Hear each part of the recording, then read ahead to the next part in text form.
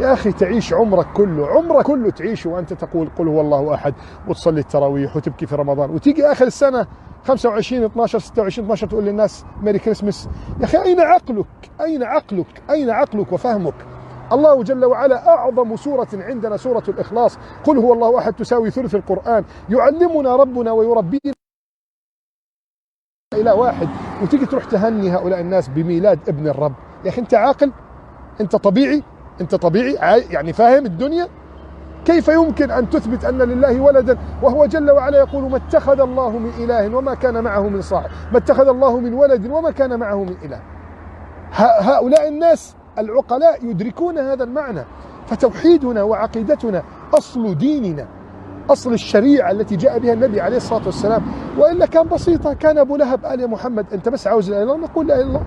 كان أبو جهل ولا حارب النبي ولا قريش تعبت ولا حاجة، أنت يا محمد عاوز لا إله إلا الله، إحنا بنقول لك لا إله إلا الله، ما فيش عندنا أي مشكلة خالص. لكن هذا غير موجود يا إخواني، هذا ليس صحيحا. هذه العقيدة والشريعة التي نعيش عليها هي أصل نجاتنا، ولن ننجو ولن ندخل الجنة إلا بها. تيجي تروح تهني الناس بالكريسماس وتعمل شجرة ميلاد وتعمل من باب إيه؟ من باب ماذا؟ يرضى عنك؟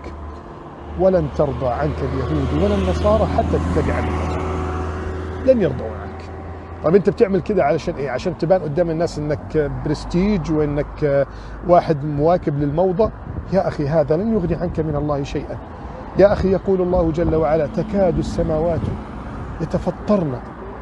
يتفطرن والأرض تنشق والجبال تخر هدا أن دعوا للرحمن ولدا. ادعوا، مش عملوا مؤسسات واحتفالات وألعاب نارية، احتفال بميلاد المسيح اللي هو عندهم ابن الرب، ابن ربنا سبحانه وتعالى. انت عاقل؟ انت فاهم دينك؟ انت عايش صح يا ابني؟ طب ما طبيعي بعد كده تنحرف وتترك دين الإسلام وتذهب إلى ملة أخرى. لكنك إذا عرفت أن دينك غال ونفيس، وأن الله جل وعلا ما أرسل في قرية ولا مدينة ولا مكان إلا جعل له نذيرا، والله جل وعلا ما أنزل الكتب ولا أرسل الرسل إلا ليعلم الناس التوحيد وليمضي الناس على سنة النبي صلى الله عليه وسلم وعلى شريعة الله جل وعلا. والله جل وعلا ما أقام راية الجهاد ولا رفع راية القتال ولا أقام السيف ولا وضع المعارك ولا سالت الدماء وطارت الرقاب إلا لأجل هذا الدين والعقيدة، وانت ببساطة تبيعها عادي. لا يا أخي، ليس هذا الطريق الذي تدخل منه الجنة.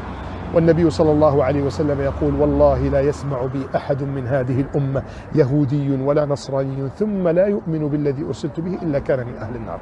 استشعر إذن هذا المعنى، واحتسب دائما أن تكون مدركا أن دينك وعقيدتك أغلى من كل شيء وأعظم من كل شيء.